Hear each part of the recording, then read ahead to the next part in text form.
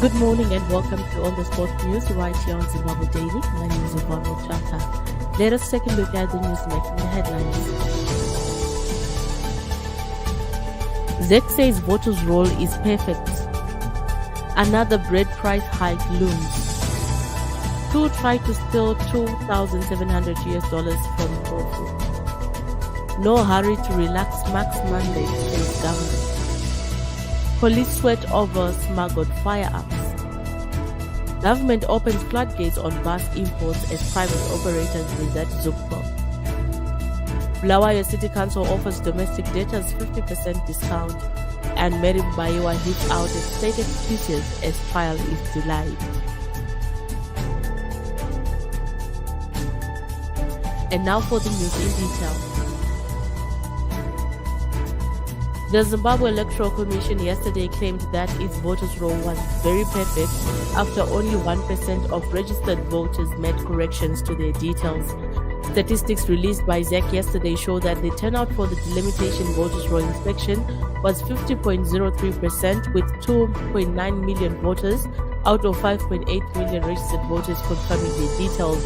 Of these, 789,000 physically visited polling stations to inspect their details, and 2.1 million used the unstructured supplementary service data service. ZEC said it received 27,000 requests for corrections on name changes, spelling errors in addresses, among others. The exercise ran from July 17 to 27. The spokesperson Jasper Mangwana said the few number of errors showed that the voters' roll was perfect.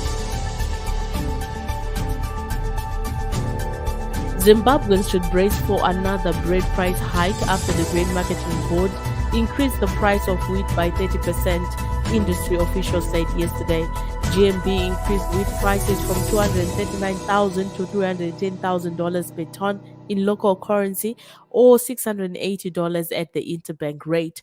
National Bakers Association of Zimbabwe President Dennis Mwala said players in the sector would be forced to also increase the bread price to cover operational costs. Grain Millers Association of Zimbabwe Corporate Affairs Manager Andrew Nambura said they were trying to negotiate with GMB over the latest wheat price increase. The Zimbabwe Congress of Trade Unions, ZCTU, said the looming bread price increase was a sad development for the country's workforce, already grappling with the rising cost of living while salaries remain stagnant. ZCTU Secretary General Japhet Moyo said further worsening the situation was that employers are struggling to keep pace with rising operational costs in an inflationary environment. National Consumer Rights Association spokesperson Alfin Ngube said the bread price hike would increase hunger in the country.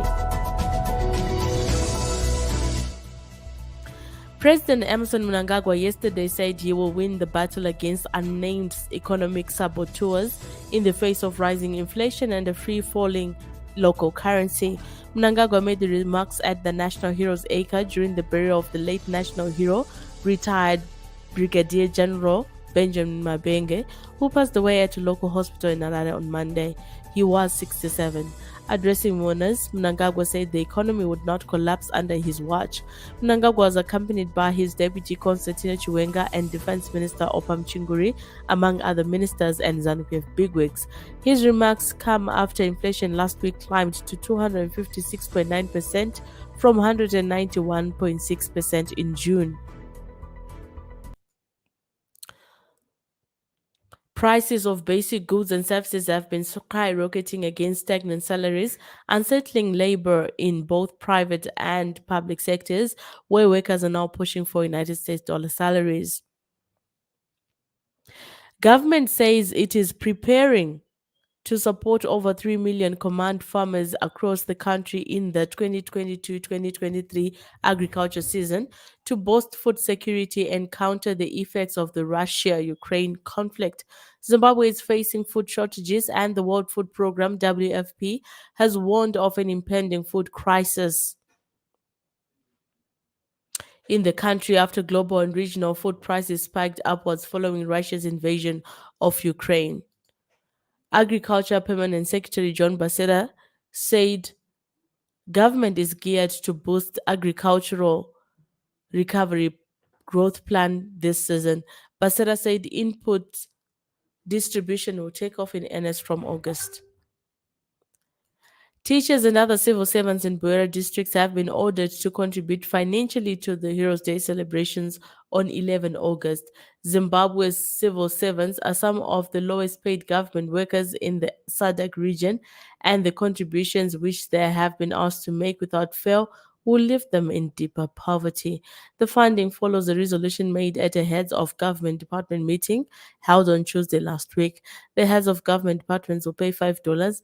Middle supervisors or managers, such as headmasters and senior teachers, will pay $3, while teachers and other workers will pay $1.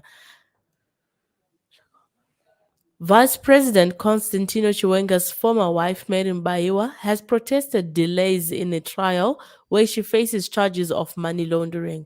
Mubaiwa protested on Wednesday after the state further postponed the matter, saying the docket was under consideration. The state has failed to give a trial date for months, asking for further postponements.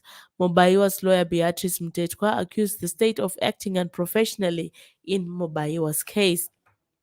For more and latest stories, please visit our website at www.zimdaily.com or like our Facebook page, Zim Daily. You can also follow us on Twitter at Zim Daily.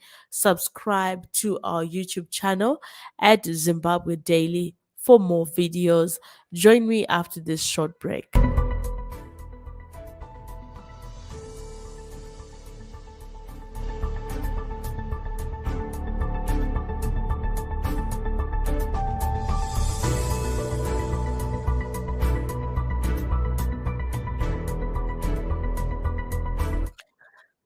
Welcome back to On the Spot News right here on Zimbabwe Daily. The people of Matebeleland have questioned the granting of state-assisted funeral for the late arts icon Kont Mhlanga, who passed away on Monday, with some suggesting he should have been declared a national hero. Mhlanga, who founded Amakosi Theatre, will be buried at his rural home in Lupane on Saturday. Speaking on This Morning on Asake, a site online program Wednesday, participants said Matebeleland heroes continued to be sidelined by the government. Tandazani Moyo said there is too much selective application of recognition in Zimbabwe, especially when one is from a minority tribe. The Zimbabwe United Passengers Company, Zupco, is said to be on the verge of collapse as private players are withdrawing from its franchise, forcing the parastatal to retrench workers. Over 140 Zupco employees, who include conductors, inspectors, and monitors, have either not had their contracts renewed or have had their contracts terminated a few days after signing them. In other news, police have arrested two men who allegedly tried to swindle ZANU-PF Secretary for Administration, Dr. Obed Mpofu, of 2,700 United States dollars. One of the suspects approached Dr. Mpofu on Monday, claiming that he was Crocomotor's chief executive officer, Dr. Moses Chingwena, and wanted to donate an assortment of farm equipment, but needed $1,700 to pick up the implements in Polokwane, South Africa. Later, he demanded 2,700. According to a witness who is an aide to Dr. Mpofu, the suspect, Philip Nenyamani, phoned Dr. Mpofu's personal assistant, Ms. Vembai Shumba, and introduced himself as Dr. Chingwena of Croco Motors. He said he wanted to give Dr. Mpofu farm implements, which included tractors and combine harvesters, but the equipment was in Polokwane. Government says it is in no hurry to relax mandatory wearing of face masks despite a decline in new COVID infections in the country. On Tuesday, Information and Publicity Minister Monica Mtangwa told a post-cabinet briefing, a media briefing, that the average new infections rate stood at 16 per day in the past week, with no COVID-19 cases recorded in schools.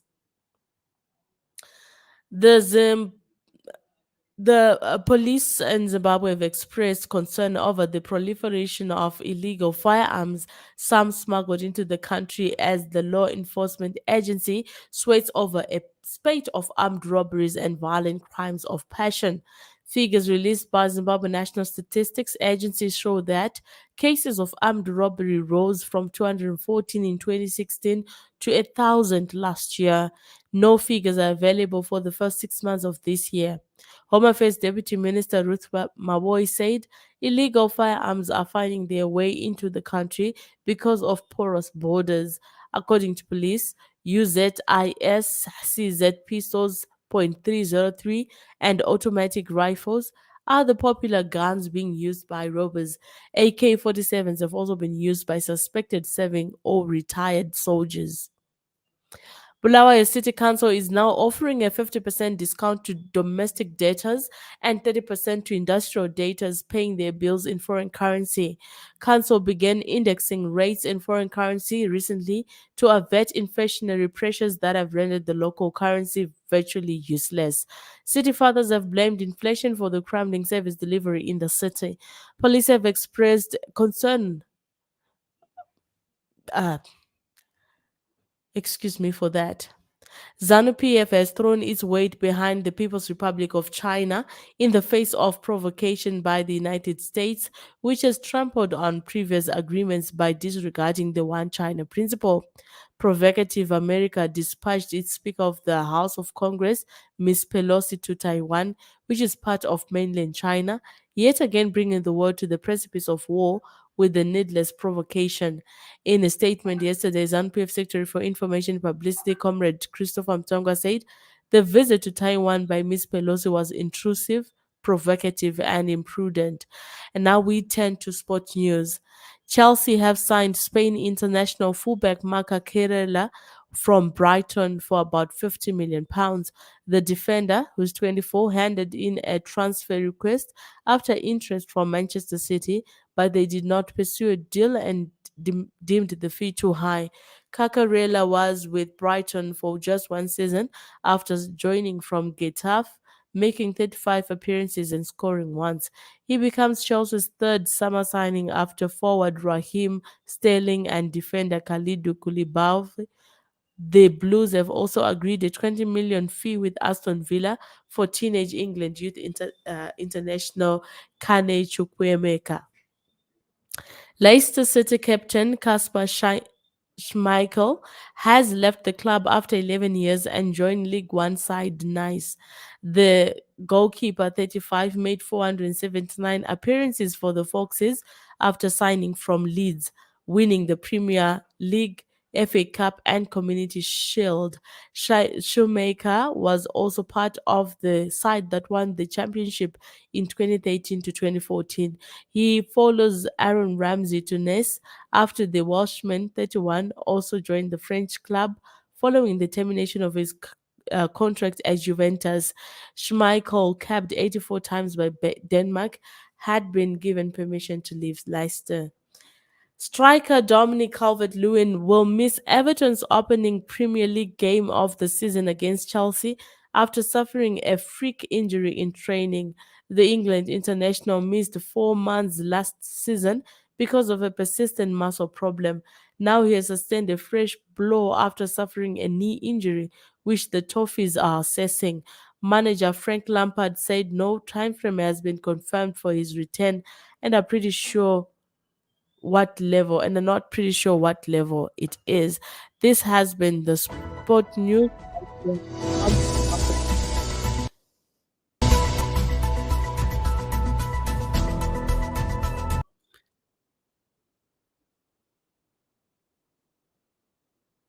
Row is perfect. Another bread price hike looms. Two try to steal $2,700 from MPOFU. No hurry to relax mass mandate, says government. Police sweat over smuggled firearms. Government opens floodgates on bus imports as private operators desert Zupco. Bulawayo City Council offers domestic debtors 50% discount, and Mubaiwa hits out at state excuses as trial is defended. Thank you so much for tuning in to our on the spot news headlines. Have yourselves a wonderful rest of day.